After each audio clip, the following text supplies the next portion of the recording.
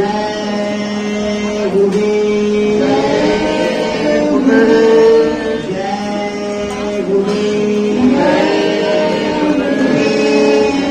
गुरुदेव नाम किसका प्रभु का, जय गुरुदेव नाम किसका प्रभु का, प्रभु का पावन प्यारा नाम, प्रभु का पावन प्यारा नाम, जय गुरुदेव,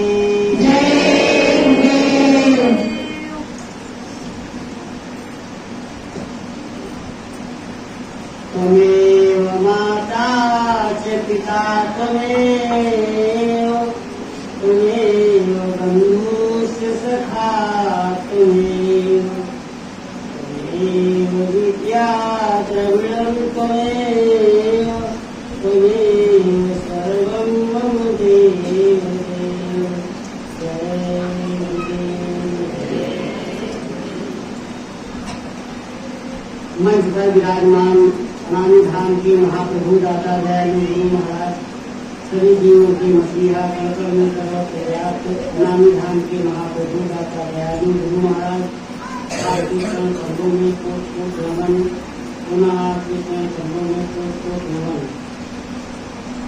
आज की सत्संग सभा में उपस्थित सभी बुजुर्ग भाई बहन तथा सभी सत्संगी भाई बहन, इष्ट मित्र, दूर दराज से आए हुए भाई बंधु, बच्चे बच्चियां तथा जहाँ तक मेरी आवाज जाती है वहाँ तक सभी धर्म के मानने वाले हिंदू, मुस्लिम, सिख, ईसाई, पारसी, जैन तथा सभी देवी देवताओं को मानने वाले सभी भाई बहनों का वंदन और नमन के साथ जय गुरुदेव। भाइयों बहनों, आप लोगों को हमसे ज्यादा पता है कि सत्संग को ले, सत्संग संत और संत सद्गुरु को ही लोग सुनाते हैं, बाकी किसी भी बस का सत्संग सुनाने का नहीं। क्यों? संसार में कुछ सत्य है नहीं और संसार की विद्या हम लोगों ने पढ़ी है, तो हम क्या सुनाएंगे? सत्संग का मतलब होता है सत्य का सार, और सत्य का सार दोनों आंखों के ऊपर होता है, नीचे नहीं। और हम दोनों आंखों के ऊपर पहुंचे नहीं और सत्संग करने में क्या होता है? फिर भी सभी गुरु भाई कहते हैं कि गुरुवाणी का पाठ करना ही सत्संग है। पाठ मतलब है जितना स्वामी जी ने बताया है उसने कुछ जोड़ करके न कहा। जैसे रामचरित मानस लिखी है गोस्वामी जी ने, और इसका जब पाठ होता है तो एक चौपाई का भी अंतर नहीं कोई करता, धोखे से हो जाए वो बात अलग है। इसी प्रकार सत्संग में कोई भी हो तो गुरुवाणी का पाठ करता है, जो स्वामी जी ने बताया है कितना उसने पकड़ पाया, समझ पाया, उसके बाद भी कितना कह पाएगा, वो सब सीमा अलग। तो भाइयों बहनों, आइए, सत्संग कितना महत्वपूर्ण होता है जीवन में, इसको समझने की बहुत बड़ी आवश्यकता है। जो कार्य हम करते हैं सत्संग में आकर के, उनका अर्थ हमें मालूम होना चाहिए, इसका मतलब क्या है। अगर मतलब नहीं मालूम है तो हम अधूरे रह जाते हैं, और जो लक्ष्य हमारा है गुरु को प्राप्त करने का, उससे दूर रह जाते हैं। जैसे कुछ चीजें हमने गुरु भाइयों से सीखी, आपके सामने रखते हैं। जैसे सबसे पहले आते हैं तो गुरु का आवाहन किया जाता है। जैसे देवी देवताओं की पूजा में देवी देवताओं का आवाहन किया जाता है, आवाहन मैंने बुलाना, उसी प्रकार गुरु को भी बुलाया जाता है। जैसे कहा जाता है परम पुरुष पूर्ण धनी जय गुरुदेव नाम, जय गुरुदेव स्वामी को बुलाया जाता है, आवाहन किया जाता है। बुलाना, आवाहन मैंने बुलाना, सबसे पहले गुरु महाराज को बुलाया जाता है। और देवी देवताओं की पूजा करने वाले अपने देवी देवताओं को बुलाते हैं। उसके बाद प्रार्थनाएं होती। प्रार्थना माने होता है गुरु से मदद मांगना। प्रार्थना माने होता है गुरु से मदद मांगना। प्रार्थना का मतलब होता है कि हम सभी लोग मिलकर के गुरु से मदद मांगते हैं इस बात की कि हमारा सुनन ध्यान भजन बन जाए, इसको प्रार्थना है। इसके बाद आता है सत्संग। सत्संग का मतलब होता है गुरु से शीघ्र मिलने का साधन सत्संग है। अगर गुरु से जल्दी मिलना चाहता है कोई तो सत्संग में जाए, सत्संग सुने समझे। वैसे तो अगर सदगुरु हमारे सामने हैं तो उनका सत्संग सुनना चाहिए, उससे कौन लाभ होगा? मतलब उनकी वाणी का पाठ जहाँ पर होता है वहाँ पर भी अगर हम जाए तो कुछ न कुछ तो लाभ होगा ही, क्योंकि सत्संग का मतलब ही है गुरु से शीघ्र मिलने का साधन सत्संग ही। इसके बाद आरती होती है। आरती मतलब होता है दुख भरी आवाज में गुरु से मदद मांगना। दुख भरी आवाज, आरती माने होता है दुख भरी आवाज से पुकारना, हमारी मदद करो, हमारा कुछ किया हुआ नहीं हो रहा, दया करो। अब आइए, आज है सत्संग। बड़ी सुख घड़ी होती है जब सत्संग मिलता है, सबको नहीं मिलता। आइए सत्संग पर विचार करें। गोस्वामी जी रामचरितमानस में लिखते हैं,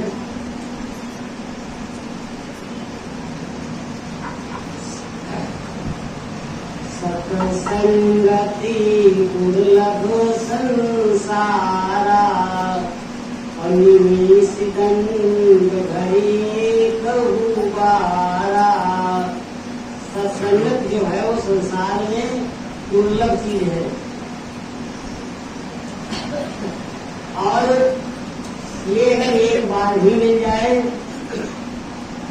या कुछ समय के लिए मिल जाए तो भी बहुत है। फिर क्या कहा? मगर सत्संग में अगर जाए तो ध्यान रखना चाहिए कि जो सत्संग करे मन लाई, उपजे ज्ञान मिटे धर्म काई। सत्संग में जाए तो मन को रोक करके हम सत्संग में बैठे, क्योंकि सबको पता है कि मन बहुत भागता है, रुकता तो है नहीं। और ये भजन से ही स्वामी जी ने बताया, बच्चा जब रोज रोज भजन करोगे तो ये मन तुम्हारा धीरे धीरे रुकने लगेगा। तो सत्संग में बैठे तो मन को रोक करके बैठे। जो सत्संग करे मन लाई, मन को लगा करके अपने साथ रख करके जो सत्संग करे, उपजे ज्ञान मिटे धर्म काई। हमारे अंदर जो हम है, मरने के बाद कहाँ जाएंगे, क्या होगा, ये है वो है, ये जितने प्रकार के संसारिक हम हैं, ये सब सत्संग से दूर हो जाएंगे। तो स्वामी जी कहते हैं, बच्चा जब तुम्हारी जीव आत्मा जग जाएगी तो तुमको सब कुछ पता हो जाएगा। इसलिए सत्संग में आए, मिटे भ्रम काई, मिट जाएगा सब संशय मिट जाएगा। उपजे ज्ञान, ज्ञान होता है 5 प्रकार का। एक होता है कर्म कांड, हवन करना, यज्ञ करना, ये सब जो है ये ज्ञान कांड में आता है। और ये ब्रह्मा जी का बनाया हुआ ज्ञान कांड। ज्ञान कांड की उपासना करने से ब्रह्मलोक तक जी जा सकता है, इसके आगे नहीं जा सकता। इसके बाद आता है दूसरा उपासना कांड। उपासना कांड जो है विष्णु भगवान का बनाया हुआ है। जैसे व्रत रहना और व्रत के साथ जो जो पूजा की जाती हो, ये सब करना जो है ये विष्णु भगवान का बनाया हुआ है। और ये पूजा करने से विष्णु लोक के आगे कोई चीज नहीं जा सकता। इसके बाद आता है तीसरा योग कांड। योग कांड शंकर जी का बनाया हुआ है।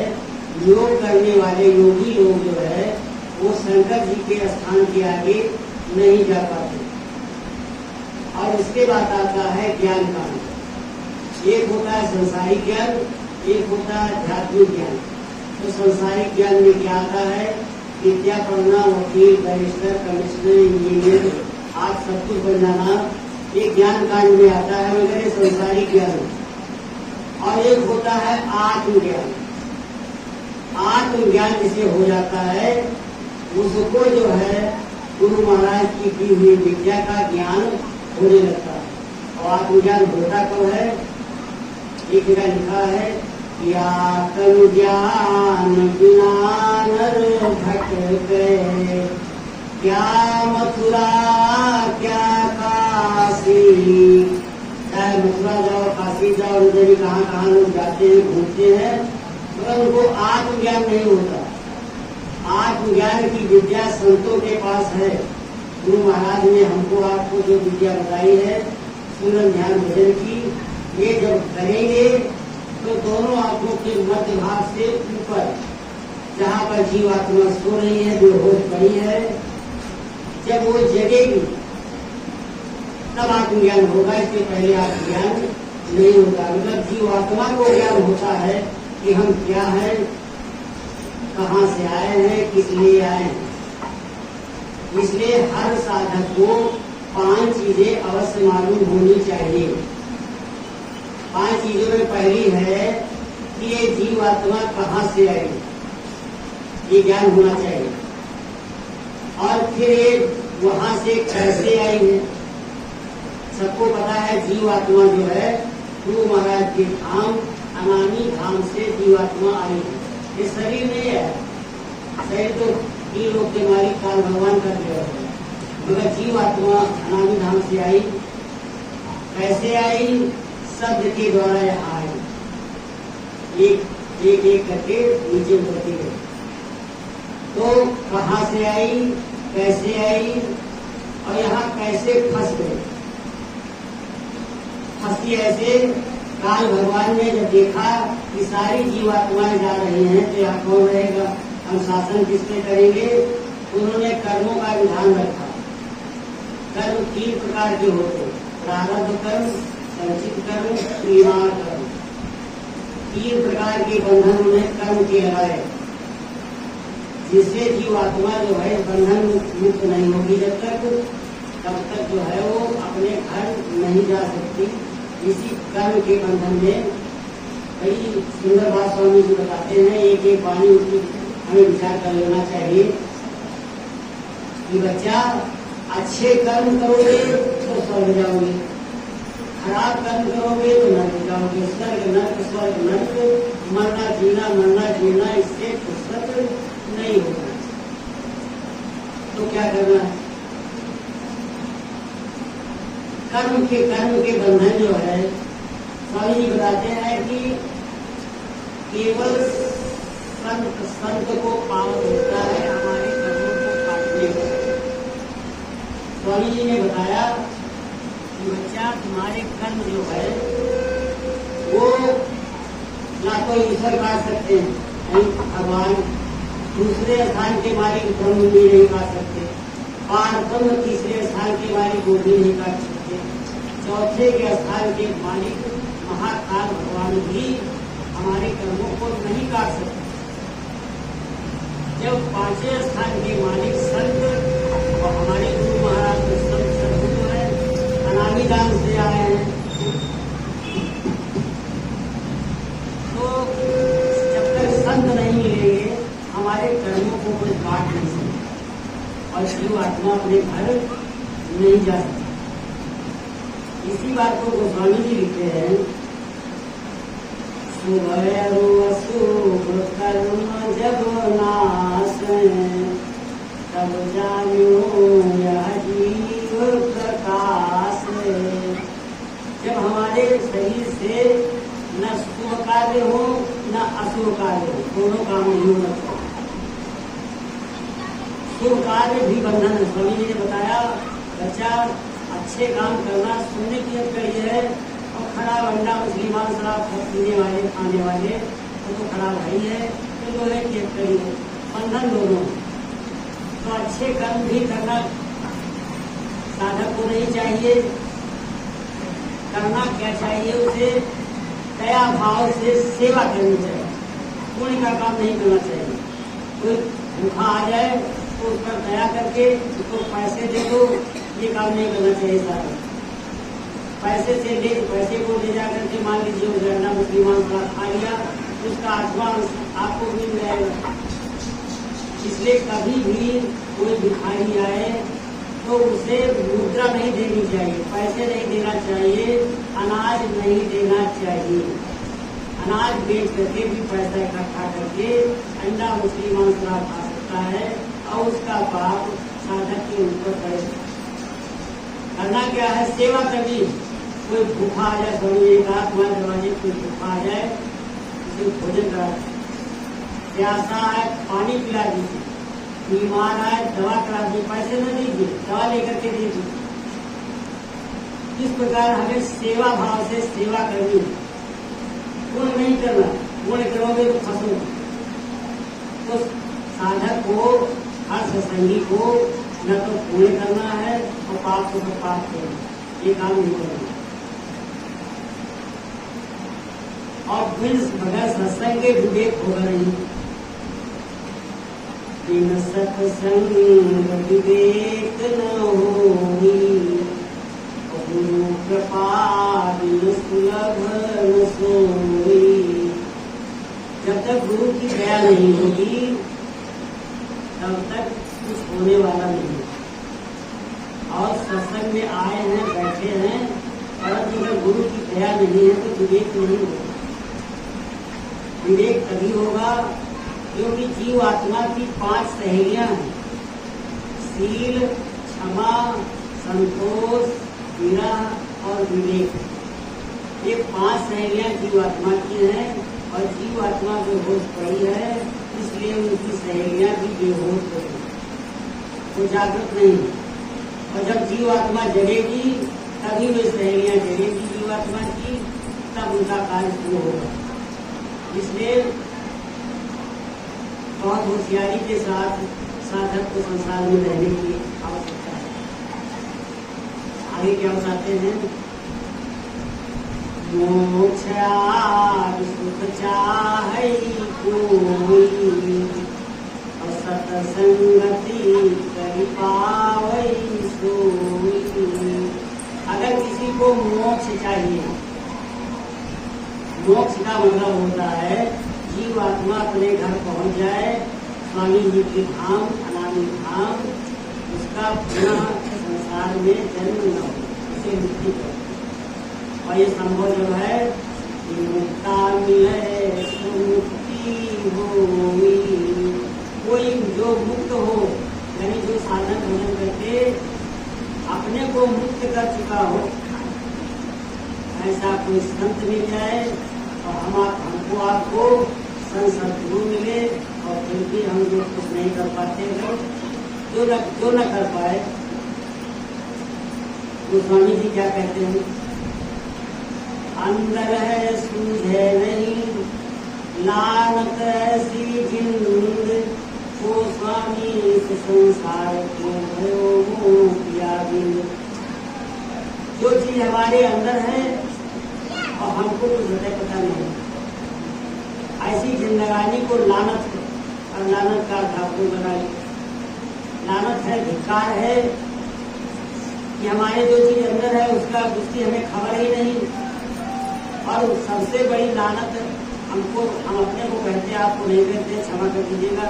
सबसे पहले लानत उस व्यक्ति को है जिसको संत सदगुरु मिले, नाम मिला, दया मिली, सब कुछ मिला, कुछ न कर सका, तो उसे क्या कहा जाए, उसे किस शब्द से कहा जाए, आप लोग स्वयं समझिए।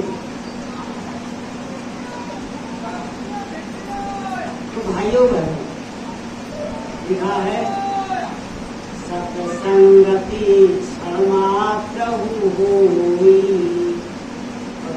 समतुल न तकुलख कोई। एक क्षण, एक पलक की अगर सत्संगत हो जाए, एक पलक का सत्संग मिल जाए, तो करोड़ों वर्ष की तपस्या उसको नहीं पाती। मतलब वो संसार में होता ही नहीं है। दोनों आंखों के ऊपर जब जीव आत्मा जगती है, और जग करके स्वामी जी को साक्षात अपने सामने देखती है, दर्शन करती है, बात करती है, वो क्षण जो है अगर किसी के जीवन में आ जाता है तो लाखों वर्ष की तपस्या उसको नहीं पाती। इतना पावर गुरु महाराज में है, हम लोगों पर दया की, हम लोगों को करना चाहिए। नहीं करेंगे तो आत्महत्या, जीवात्मा से आत्महत्या करते हैं। जो अपनी जीवात्मा का कार्य नहीं करता है, सूर्य ध्यान भजन नहीं करता है, या सरस्वती के पास नहीं जाता है, तो उसे आत्महत्या कहते हैं। आत्महत्या मतलब जीवात्मा की एक प्रकार से हत्या है, क्योंकि वो 84 लाख जन्म हो करके अपनी मनुष्य शरीर में आई, और फिर भी इस मनुष्य शरीर में आकर के हम लोगों ने या किसी ने भी अगर जीवात्मा को जगाने का काम नहीं किया तो उसे आत्महत्या का दोष लगता है। अब आप लोग विचार करें कौन है। फिर बताया है सत्संग का इतना बड़ा महत्व है कि बिन सत्संग के कुछ होगा ही। जब तक योग करई विधि नाना, चाहे जब करे, चाहे तप करे, चाहे योग करे, कुछ भी करे, मगर सत्संगत के बराबर कोई चीज नहीं होती। सत्संगत या सत्संग जो है सबसे बड़ी चीज है, इसलिए सत्संग में आना और जाना चाहिए। और संत सदगुरु का सत्संग मिले तो श्रेष्ठ वही है। बाकी कोई सत्संग तो करता नहीं है, केवल गुरुवाणी का पाठ ही किया जाता है। तो भाइयों बहनों, सत्संग तो हमको आपको गुरु महाराज ने बताया वेद, और स्वामी जी ने क्या दिया दौलत? नाम की दौलत दी। नाम क्या है? नाम के संबंध में लिखा गोस्वामी जी ने,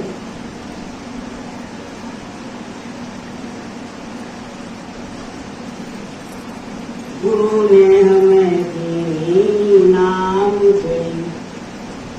स्वामी जी ने नाम की एक जय दी,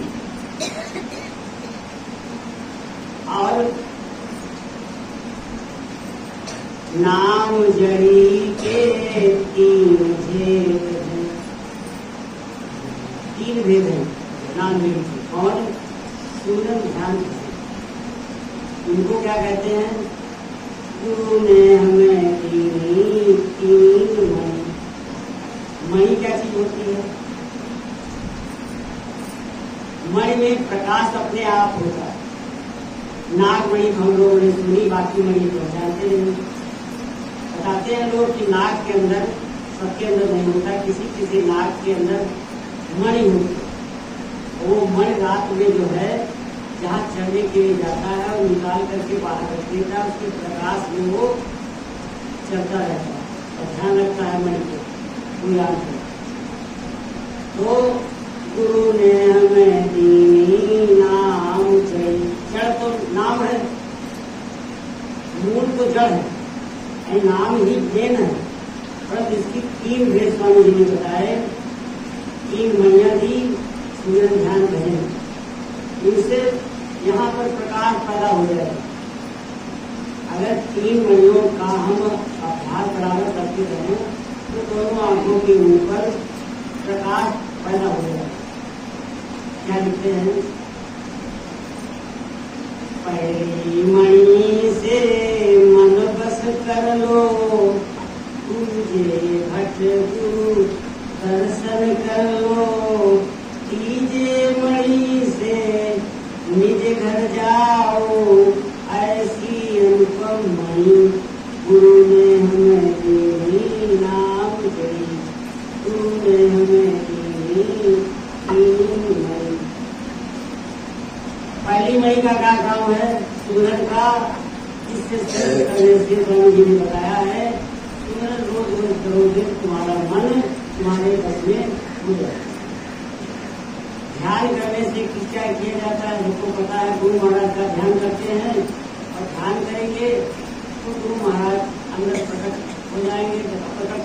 वो दर्शन मिल जाएंगे। और भजन से निज घर जाओ, भजन करने से शब्द को पकड़ करके जहाँ से जीवात्मा आई है अपने घर चली गए। आगे क्या लिखते हैं, बगैर भजन के कोई जीवात्मा कुछ कर नहीं सकता। तो ये अपनी कमी बता दे। अब कोई चीज याददाश्त नहीं है, जो पीछे हमें बहुत कुछ याद था सब कुछ भूल गए, कुछ नहीं है। आइए प्रयास करते हैं। तो गोस्वामी जी ने साधना, रामचरितमानस में साधना लिखी। वो कहते हैं कि हमने रामचरितमानस अंदर की लिखी है, ये घट रामायण में विवरण मिलता है। गोस्वामी जी कहते हैं रामायण तो घट के अंदर की लिखी गई है, और पहले गोस्वामी जी घट रामायण लिखी थी, उसका विरोध हुआ। उस समय अकबर का शासन था और काशी के विद्वानों ने जो है अकबर से शिकायत की, ये धर्म विरोधी है, तो उनको जेल में डाल दिया था। गोस्वामी जी के तो लिखते हैं, जग में वस्तु कोई नहीं चीना, आते ग्रंथ रूप कर देना। घट रामायण उन्होंने लिखी थी। ये क्या कहते हैं, राम राम लिखा संवादा, तब काशी में चली गाथा। और रावण और राम का संवाद जो बताते हैं लिखा, तब वो चली। और रामायण तो घट के अंदर की लिखी है। ये क्या बताते हैं,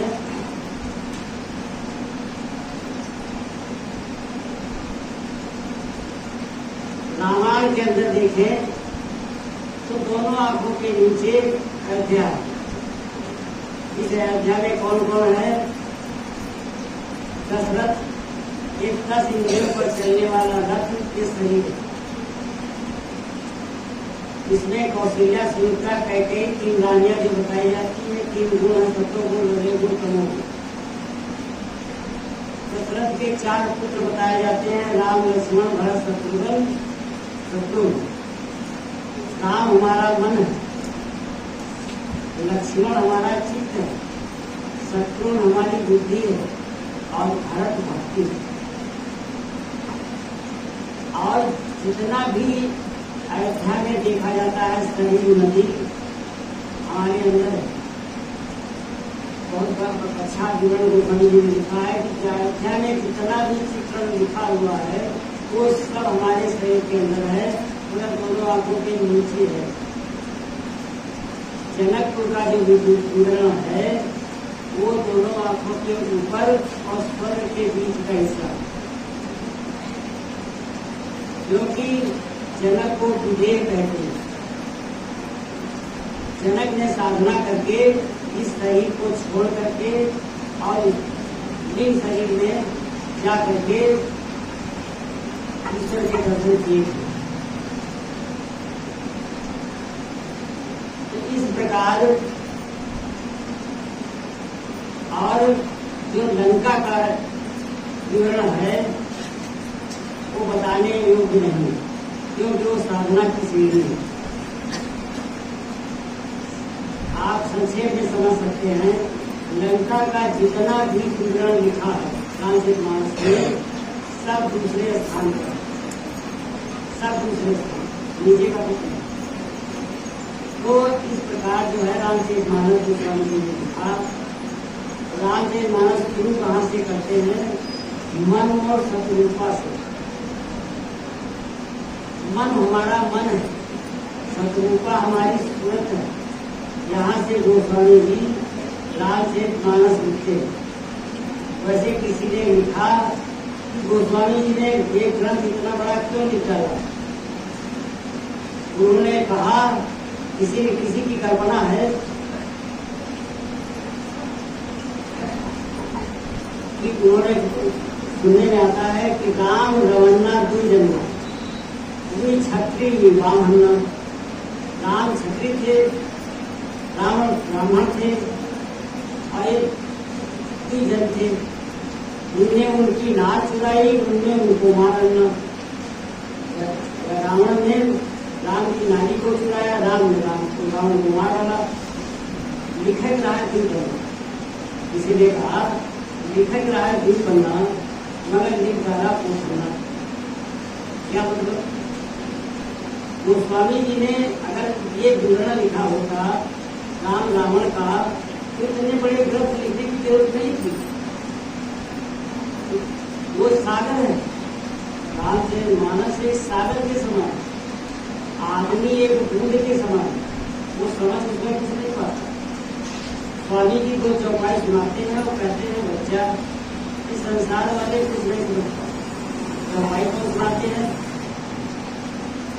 पहले मंडल नहीं दूसरे मंडल, क्या सुनाते हैं? मंडल गरजत घोरा अप्रियाहीन डरपत मन मोरा, कामिनी चमक रही घन माही, फल कई था फिर माही। और बाद में स्वामी जी कहते हैं बच्चा संसार वाले जो है एक चौपाई तो बहुत दूर की बात रही, आधी चौपाई का अर्थ नहीं लगा पाए। वो स्वामी जी ने संत मत की पूरी साधना लिखी है रामचरितमानस में, इसलिए वो इतना बड़ा ग्रंथ है। अगर राम रावण का संवाद ही केवल लिखा होता तो दो पढ़ने से ज्यादा नहीं था। और उसने लिखा क्या? मन और शत्रुपा सतयुग में तपस्या करते हैं। देखिए कितनी कठिन तपस्या थी।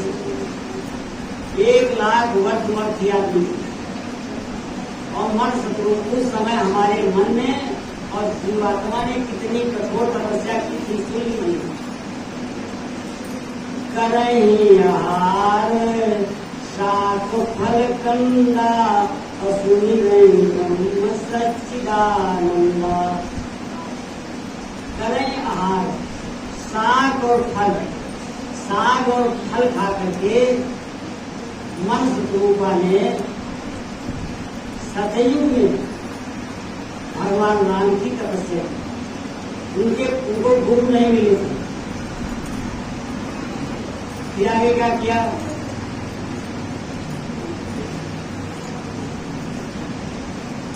इसके बाद उन्होंने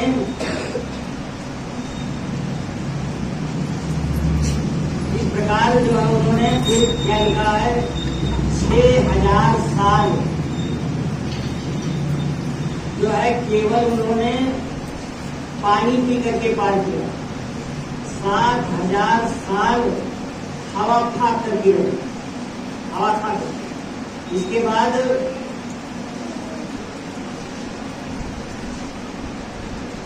भी लिखा है यानी 10,000 साल उन्होंने हवा भी लेना बंद कर दिया और ठाड़े रहे एक पद में, एक पैर से दोनों लोग खड़े रहे। तब भगवान खुश हुए, तब भगवान राम खुश हुए। इतनी तपस्या करने के बाद और उनको भूत मिले नहीं थे मन शत्रुपा को, मन शत्रुपा की मन और जीवात्मा, इसलिए उनको कुछ पता नहीं था। तो उनको खुश होकर के भगवान राम ने इस दोनों आंखों के ऊपर जहाँ जीवात्मा है वहां पर भगवान ने दर्शन दिए। स्वामी बताते हैं कि बच्चा प्रहलाद को संसार में दर्शन नहीं हुए, दोनों आंखों के ऊपर ही दर्शन हुए। और प्रभु को भी दोनों आंखों के ऊपर ही दर्शन हुए। इसी प्रकार अर्जुन को भी महाभारत में कृष्ण भगवान ने याचना की थी। कृष्ण भगवान से अर्जुन ने मालिक दर्शन अपना दे दीजिए, तो उन्होंने उनको खींच करके ऊपर चढ़ा करके दोनों आंखों के ऊपर दर्शन दिए। आज तक ईश्वर के किसी को इस संसार में दर्शन नहीं हुए, वो महाप्रभु इस संसार में नहीं आते, उनका ये नियम नहीं है। क्यों? उन्होंने अपनी सारी व्यवस्था अपने पत्नी के द्वारा, आज्ञा महाशक्ति के द्वारा अपने पुत्र ब्रह्मा विष्णु महेश को सौंप रखा। इस संसार की व्यवस्था ब्रह्मा विष्णु महेश ही देखते हैं। ब्रह्मा रचने का काम करते हैं, विष्णु पालन करते हैं और शंकर जी संहार करते हैं। ये तीन काम इनकी माँ आज्ञा महाशक्ति, इसको दुर्गा के नाम से भी लोग नवरात्रि में पूजा करते हैं। वो जगत जननी माँ है, काल भगवान की पत्नी है और उनकी पूजा हम लोग करते हैं। स्वामी जी इसी बात को सत्संग सुनाने के पहले ही समझाते हैं। अगर हम लोगों ने ध्यान किया होगा तो याद होगा, और नहीं अगर याद है तो अभ्यास कर लीजिए। अगर ये करते हैं तो ये घाट नहीं खुले। क्या करना है, चलिए आप लोग सहयोग करिएगा। मैं स्वामी जी की वाणी को और दोहराने का प्रयास करिए। कराहू जतन सखी साईं की, करम जतन सखी साईं मिलन की, दुनिया भूता सुख सुपैया, दुनिया भूता सुख सुपैया, हरि देव बुद्धि हरि कैया खिलन की, हरि देव बुद्धि हरि कैया खिलन की, कराहू जतन सखी साईं मिलन की।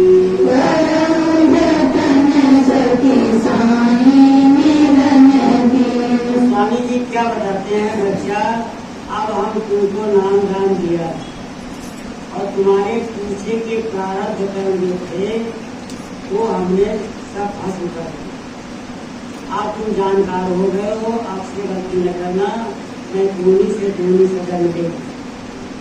और बताया इनाम दान दे दिया है, आप तुमको करना क्या है। जन्म से लेकर के किशोरावस्था तक बच्चा अबोध रहता है, उसे ज्ञान नहीं होता संसार का। बताते हैं बच्चा को बुद्धि अब छोड़ दो, आगे तुमको क्या करना है, आगे की लाइन में बताते हैं।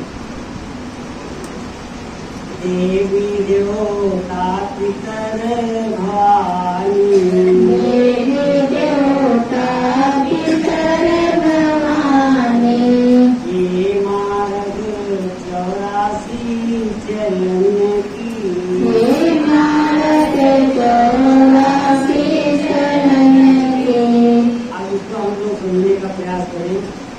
देवी देवता सब लोग समझते हैं, सबके बताए जाते हैं 56 करोड़ 33 करोड़ 33 करोड़ देवी देवता जो हैं, इनकी पूजा करने से देवी देवता पितर, पितर माने पुरखे यानी भूत प्रेत,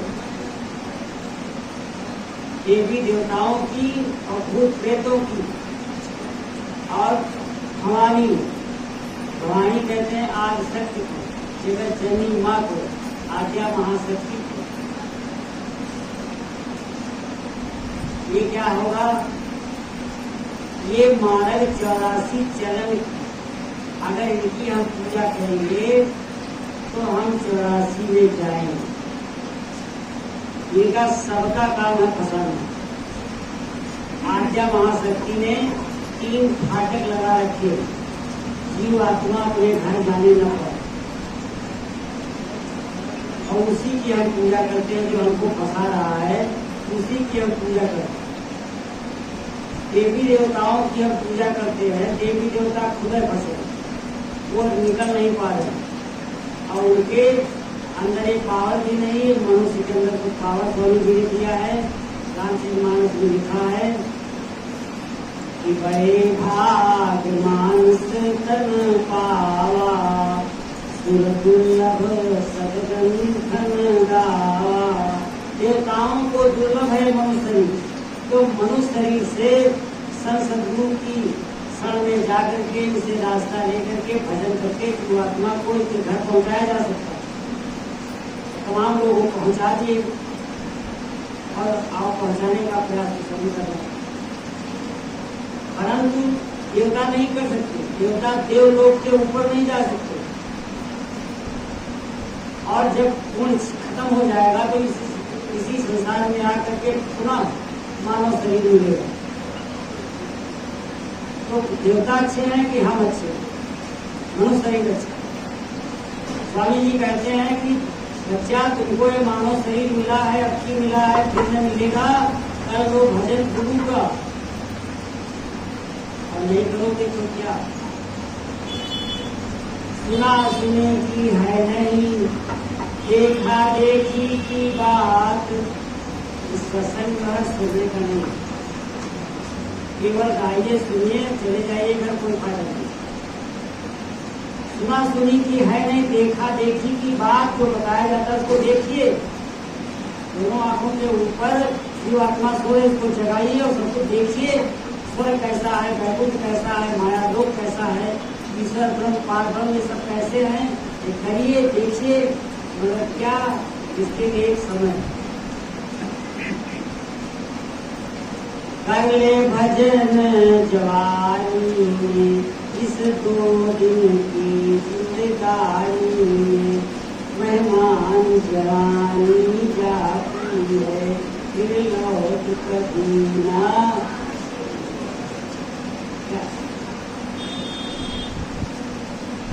बालापन खेलना बीता,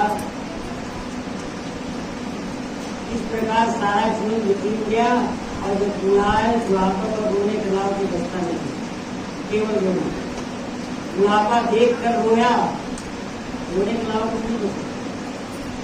तो देवी देवता पुत्र भवानी ये मानव 84 चरण, 84 जाना पड़े। 84 किसे कहते हैं? बकरी बनना, गधा बनना, घोड़ा बनना, नाली में कीड़े बनना, मछली बनना, पक्षी बनना, पेड़ पौधे बनना, 4 खानों में जाना, इसको 84 कहते हैं। सब जीवों में जाना पड़ेगा। आकाश के जीव, पानी के जीव, पक्षी के जीव, पेड़ पौधों के जीव, इसको 84 कहते हैं। मानव 84 चरण के। अब देखिए भाई बात आपसे कहें, सत्संग के लिए जब हम लोग बाहर जाते हैं काफिले के रूप में, तो कुछ सत्संगी लोग ऐसे भी मिलते हैं जिनके घर में जाओ अंदर तो पाँव झाड़ मारी होती है, पाँव। और उन्होंने जितने भी देवी देवता सुन रखे हैं, समझ रखे हैं, आपको देवता बाकी नहीं, ये अलमारी में भरे और शोभा के लिए। और कैलेंडर ऐसे ऐसे टांगे हैं जो राम का क्या कहते हैं, वो रामायण जो आती थी उसके पात्र कौन कौन से थे, अंडा मछली मांस शराब खाने वाले, उनके कैलेंडर में बने हैं, वो घर में लगा करके आरती सुधा रहे हैं। क्या है, क्या कोई सदगुरु का ज्ञान पाया? सदगुरु पा करके फिर क्या कर रहे हैं? नचनियन की आरती उतार रहे हैं। देवी देवता जो मनुष्य की याचना कर रहे हैं उनकी हम पूजा कर रहे हैं। एक दिन में जितने जानते हैं 33 करोड़ देवी देवताओं की पूजा करते हैं। और स्वामी जी का कहते हैं, गुरु पूजा में सबकी पूजा।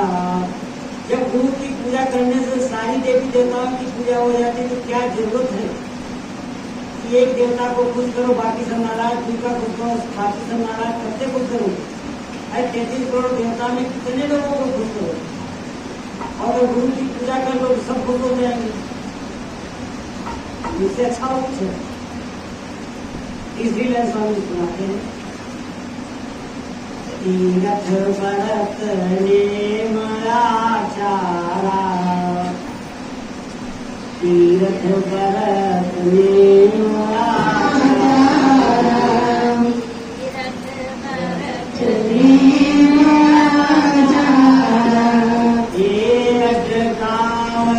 जग जग में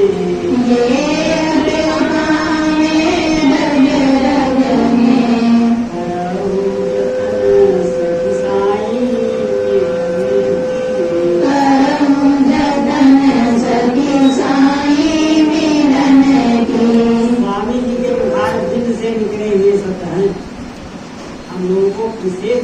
पर ध्यान देना चाहिए कि तीर्थ करना, तीर्थ माने गंगा सागर जाना, अयोध्या जाना, पुरानी जगह, कहते तीर्थ में पता नहीं, जानते नहीं सबका नाम। तो ये तीर्थ करना, व्रत रहना, तीर्थ व्रत नेम आचारा, ये अटकावें डग डग में, यानी ये रास्ते में रोक लेते हैं, आगे जाने नहीं देंगे। उस स्वर्ग के आगे कोई जा नहीं सकता। चाहे इतने अच्छे काम कर लो, स्वर्ग के आगे कोई जीव नहीं जाएगा। स्वामी जी ने कहा, बच्चा इस संसार की माया में छोड़ पा रहा है तो आगे स्वर्ग वैकुंठ माया लोग की माया कहां से? सब लोगों ने सुना होगा कल्प वृक्ष का नाम। स्वर्ग में कल्प वृक्ष, कल्प वृक्ष को बताया जाता है जो कल्पना करो वो दे देता है पेड़। कामधेनु गाय स्वर्ग में है, उससे जो कुछ मांगो वो गाय दे देती। हमारे स्वामी जी क्या बताते हैं? कहते हैं बच्चा ये शरीर ही तुम्हारा कल्प वृक्ष है और यही शरीर कामधेनु है, इससे जो कुछ मांगोगे सब दे देगा, जो कल्पना करोगे सब मिल जाएगा। मगर कब? जब जीवात्मा जगेगी, गुरु महाराज के दर्शन होंगे, उनके चरण कमल का दर्शन होगा, तब जीवात्मा के अंदर पावर होगा। स्वामी जी ने कहा, बच्चा ये बहुत छोटी चीज है, इसको लेना नहीं। इसी को गोस्वामी जी रामचरितमानस में लिखते हैं, क्या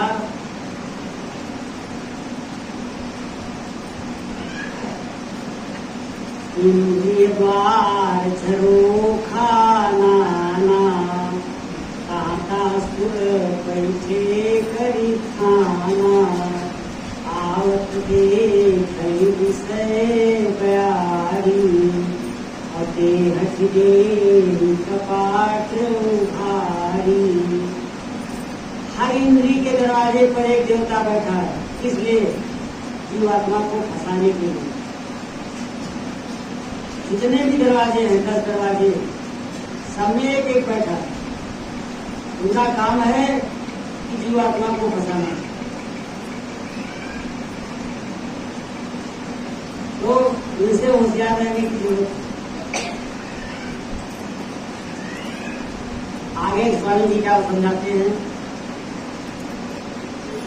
ऊंची अटैया जब रंग बंगला, ऊंची अटैया जब रंग बंगला, फूलों की से तागी सजन की, फूलों की से लागी सजन की, करहु जतन सखी साई मिलन की, करहु जतन सखी साई मिलन की। ऊंची अटैया, ऊंची का मतलब है सबसे ऊंची, और सबसे ऊंचा स्थान कौन है? अनानी धाम, जहाँ से गुरु महाराज हम लोगों को लेने के लिए आए। क्या हम लोग चलने के लिए तैयार हैं? हम नहीं कुछ कह रहे हैं, स्वामी जी कहते हैं, बच्चा हम तुमको लेने के लिए आए हैं, क्या तुम चलने के लिए तैयार हो? स्वामी जी कहते हैं, बच्चा ऐसा जहाज लगा दिया है नाम का, सारे संसार के बीच चढ़ जाए तो ही सीट खाली, चलो तो। मगर स्वामी जी कहते हैं, बच्चा हम जबरदस्ती नहीं ले जाएंगे, बंधन है। इस लोक के मालिक काल भगवान ने अगर प्रभु की अपने पिताजी के, प्रभु मुझे पिता दे सकते हैं, मगर कहते हैं स्वामी जी के पत्रिकाओं के अनुसार, स्वामी जी ने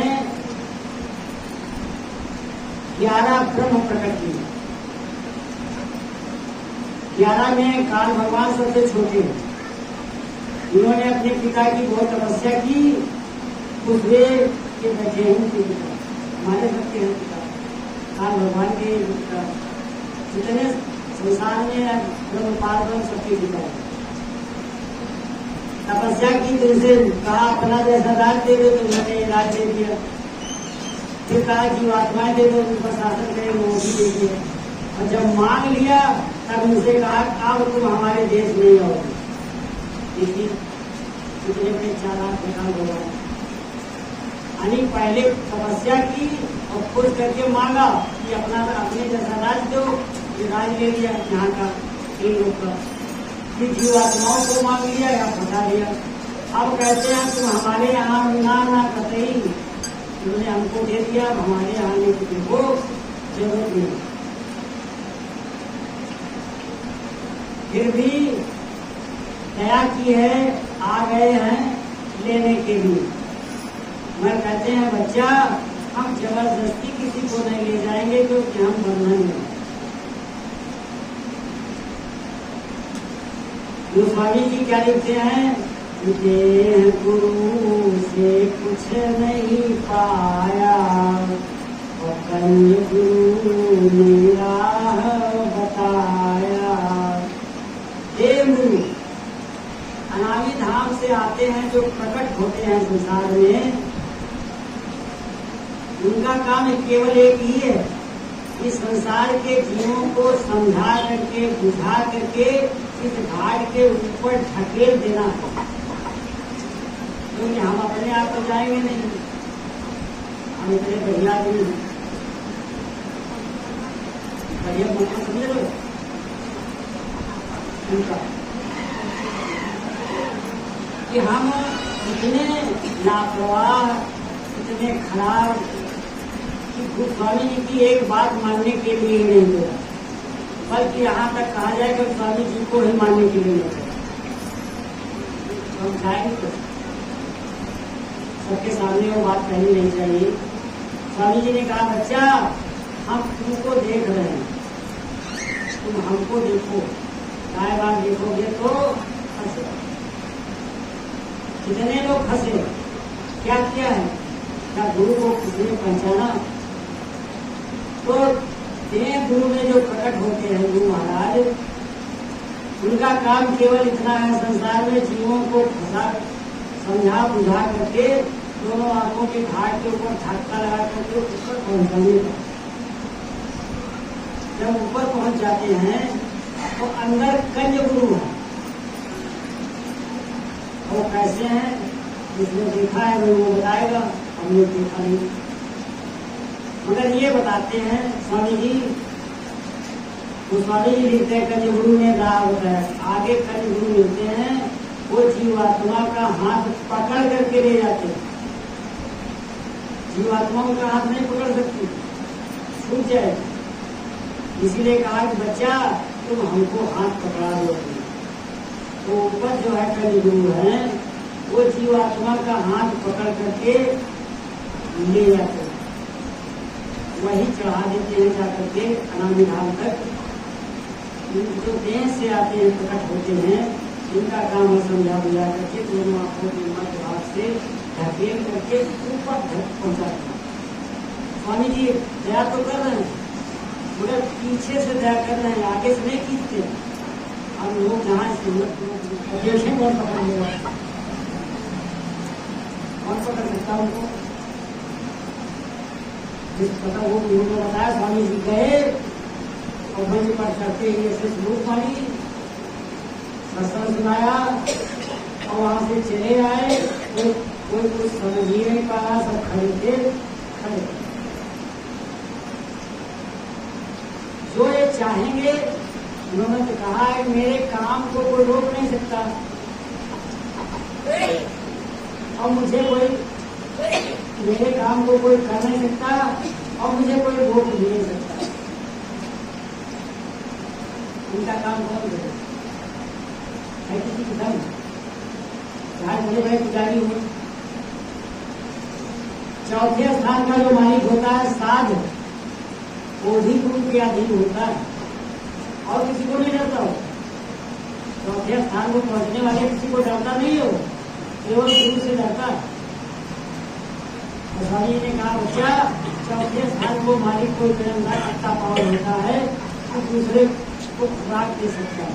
अगर आपको कोई साध मिल जाए, उसको छोड़ना चाहे तो पूरा भेद बता देते हैं। मगर साध आसानी में मिलते नहीं, और मिलते हैं तो बोलते नहीं। कुछ होते हैं गुप्त संत, गुप्त साध, कुछ होते हैं प्रकट साध। जो प्रकट साध होते हैं तो वो इशारे में कुछ बता देते हैं, और गुप्त वाले तो बोलते ही नहीं। इसलिए ये रहस्य ऐसा है, इसको जानना समझना बड़ा मुश्किल है। स्वामी जी ने बताया है कि बच्चा नाम दान ले करके अगर घर में बैठे रहोगे तो भजन नहीं होगा। क्यों? अरे जिनके साथ रहते हैं उनके विचार कैसे, जिस समाज में रहते हैं उनके विचार कैसे, और जिस समाज में बैठे हो तो इस समाज का विचार कैसे है परिवर्तन कीजिए। ये जब संसारी लोगों के साथ रहेंगे तो साधन भजन में बाधा पड़ेगी, और सत्संगियों के साथ में रहेंगे तो गुरु महाराज की चर्चा होगी, गुरु के प्रति प्रेम होगा, और प्रेम के बाद अगर अनुराग नहीं होगा तो गुरु महाराज के दर्शन नहीं लिखा। मिलही सतगुरु बिन अनुरागा, अकिए योग तत्व ज्ञान दिवारा। कुछ भी करो, अगर गुरु के प्रति अनुराग नहीं है तो गुरु प्रकट नहीं होंगे अंदर। या ये कहो कि हम पहुंच नहीं पाएंगे। प्रेम पहले होना चाहिए, जब प्रेम होगा उसके बाद अनुराग होता है। अनुराग का मतलब होता है जैसे कोई बच्चा स्कूल जाता है और जिस दिन स्कूल नहीं जाता है उसको लिखा जाता है अनुपस्थित, अनुपस्थित नहीं गया। उसी प्रकार अनुराग यानी शरीर में कोई राग न रह जाए, कोई भी राग रह न जाए, उसे अनुराग कहते हैं। आगे हम अपने अंदर विचार करें कि हम हमारे अंदर कितने राग हैं। बढ़िया पहनने का, बढ़िया खाने का, बढ़िया रहने का, बढ़िया सोने के, सारा सब कुछ राग में कौन सा राग हमने छोड़ा? क्या हम अनुरागी हो गए? और मिला न सदगुरु बिना अनुरागा। जब तक अनुराग नहीं होगा तब तक मिलेंगे नहीं। अब हमने राग छोड़े नहीं। विचार करें हम हैं राग ऐसे छूटेगा भी नहीं। कैसे छूटेगा?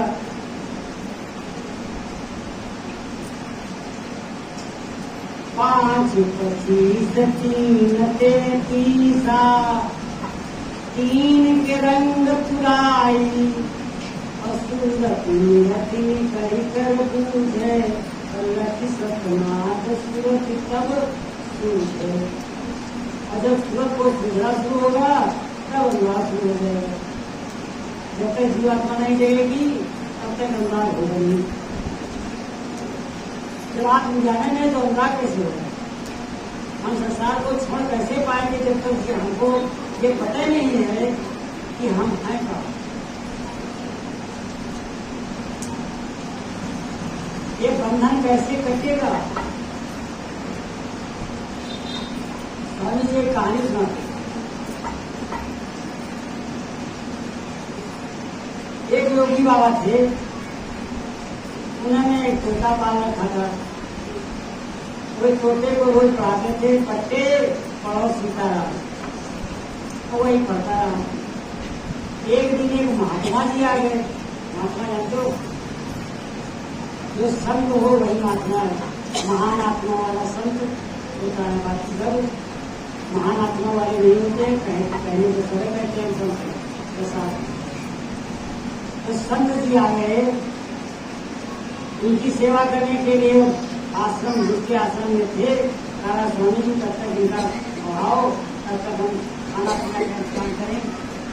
वो तो चले गए, और अब महात्मा संत जी जो है तोते से कहते हैं, तोता पट्टे और सीताराम बोला नहीं। 3 बार कहा, हम लोग बोला नहीं। तो कहा क्या बात है भाई?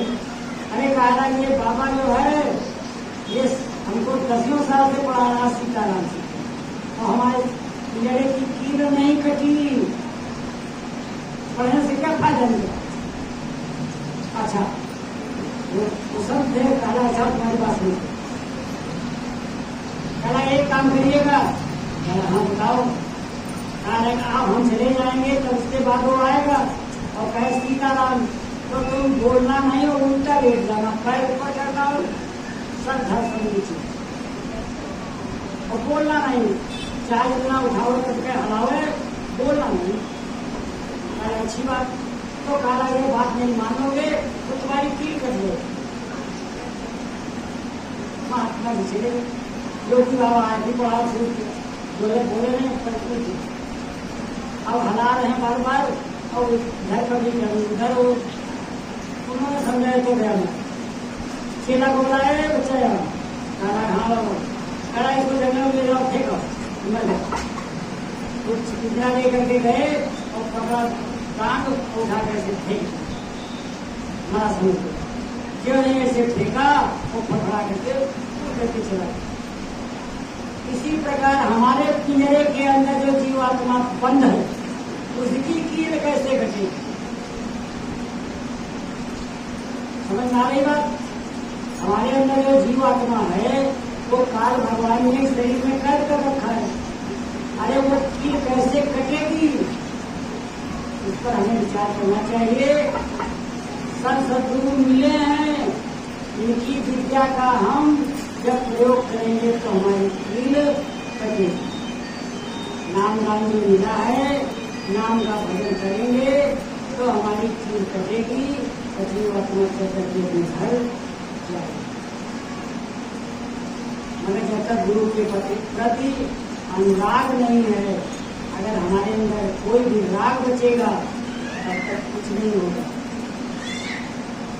राग विहीन हो जाओ, बड़े राग जा करके अपने अंदर देखिए कौन सा राग हमने खत्म किया, एक भी तो नहीं।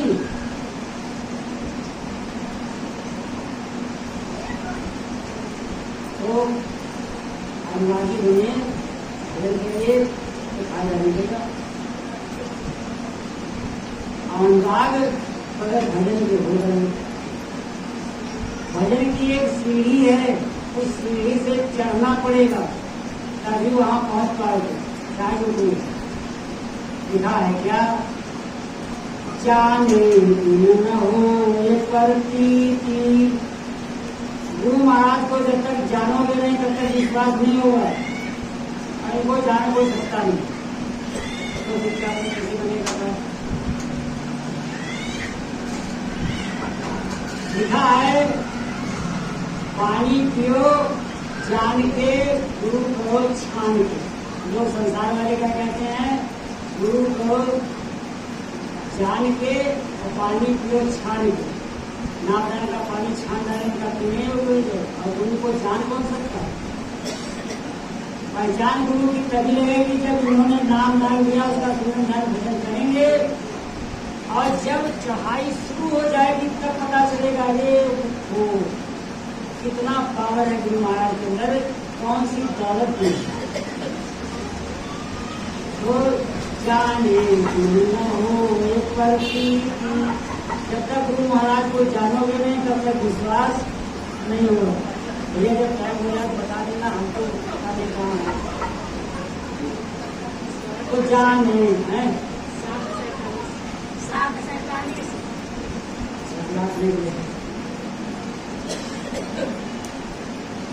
जाने बिन न हो प्रतीति और बिन प्रतीति हो ना प्रीति।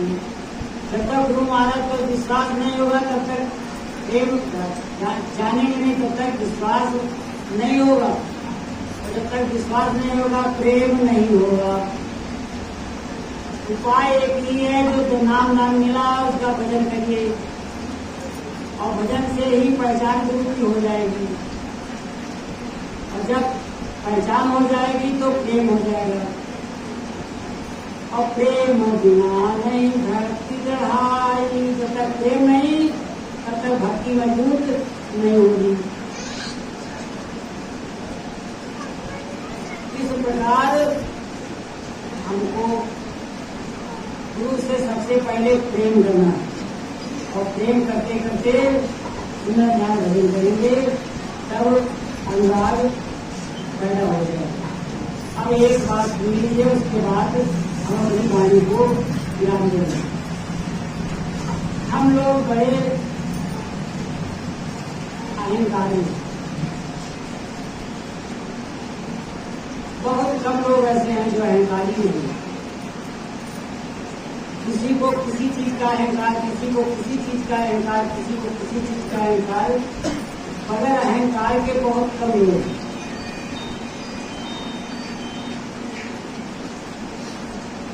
और होश में क्या है,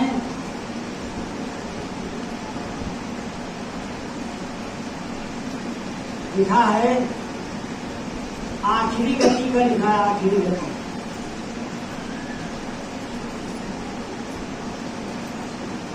लेकर पिया द्वार पर आ गए, मेरे अरमां सजे के सजे रह गए।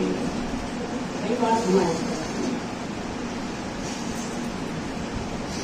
क्या? जो महिला बनाए अपने रहने को नए, कोई खाली पड़े रह गए। सब छोड़ के जाना है, चाहे इतने महल बना लो, चाहे पत्थर के बजाय कुछ भी लगवा लो। जब वो आएंगे पूछने वाले जबरात तो क्या होगा? चार बातें भी मुझसे न करना सकी, कैसे थे वो जवां कुछ कहना सकी। आंखें फट जाएंगी, जवान ऐस जाएगी, पहला किलोमीटर को समझ नहीं आएगा। चार बातें भी उनसे न करना सकी, कैसे थे वो जवां कुछ कहना सकी। चलते चलते सभी इंद्रियां थक गई, मुझे ताले पड़े आज नहीं मिलेगी। कला ऊपर वालों के हैं और वो समझ में आज कहा वही तो सब खराब है। और स्वामी जी का कहा, बच्चा जीवात्मा को जगा दो और तुम्हारी जीवात्मा जग जाएगी, ये घाट खुल जाएगा तो मरने के पहले 24 घंटे पहले बता जाएंगे कल तुमको 12 बजे चलना है। कौन बता जाएगा? जगा जाएंगे। रात को कहा फिर आ जाए,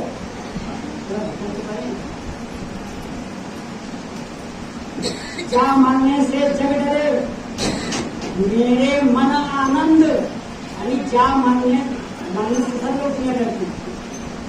जा मरने से जग डरे मेरे मन आनंद, और मरने से ही पाएंगे पूर्ण परमानंद।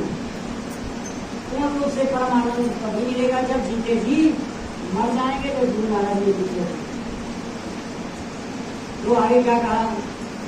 चार बातें भी उनसे न करना सकी, कैसे थे वो जवां कुछ कहना सकी। चलते चलते सभी या थक गई, मुझे ताले पड़े। आगे क्या कहते हैं? मेरी फूलों से डोली सजाई गई, लाल चूनर को चढ़ाई गई, और माँ की ममता पड़ी रह गई, उनके बाबुल खड़े सब होता रहेगा परिवार, कोई कुछ नहीं साथ देगा। आगे क्या कहा?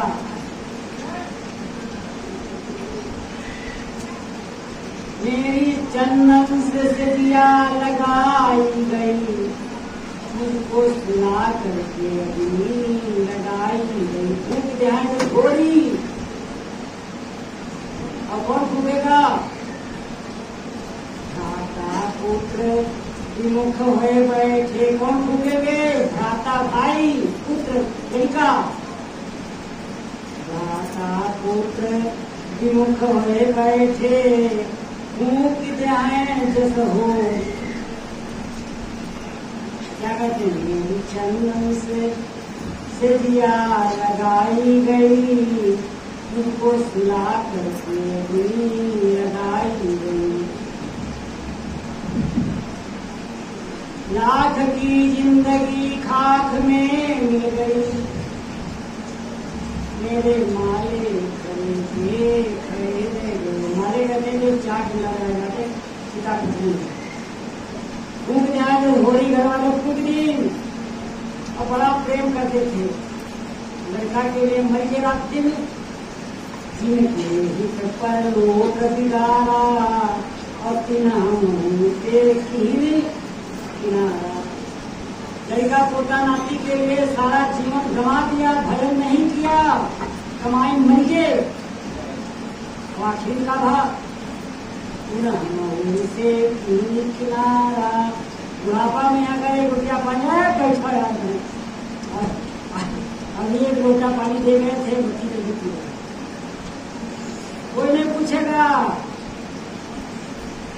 अगर किसी को मिलता है पानी तो भाग्यशाली, सबको नहीं। ऐसे ऐसे उदाहरण हैं। एक बात याद आ गई सुनाने। एक रानी थी, उनके अकेला लड़का था, जीता जागता लखनऊ का केस है। रानी का मतलब है बहुत बड़े धनवान से, और उनके पति खत्म हुए, लड़का अकेला था, इतना पढ़ाया लिखा कि बहुत पढ़ करके अमेरिका चला गया। माँ बीमार हुई, चिट्ठी गई, वो आएगा माँ, अरे सब बेचो खाचो हमारे साथ चलो। घर बिचवा डाला, फैक्ट्रिया बिचवा डाली, सब कुछ बिचवा डाला, सब अपने नाम बैंक बैलेंस कर लिया। कहा माँ मेरे साथ चलो, और 4 बार स्टेशन पर ले गया, और कहा बैठो माँ टिकट लेना। वो टिकट दे करके आ तक ले लो। ऐसी औलादें होती। और इसी प्रकार ये कहानी है कि बूढ़ी माँ मर गई घर में, उनको सुला करके अग्नि लगाई गई, लाख की जिंदगी खाक में मिल गई, मेरे मानो एक आखिरी बात सबसे ज्यादा बढ़िया, क्या आप भी चेयर को अगर समय है, श्वास आ गई है और उनके पास शरीर मजबूत है, उनके लिए समय है। मेरे साथ ही समय है, क्या आप भी चेतो जो सतगुरु की शरण, जिन्हें शरण के लूट गए धर्म, जिसमें सुमिरन किया वही भाव पार है, बाकी सारे पड़े जय गुरु जय लेता हूँ। मेरे कहने सुनने में कोई गलती है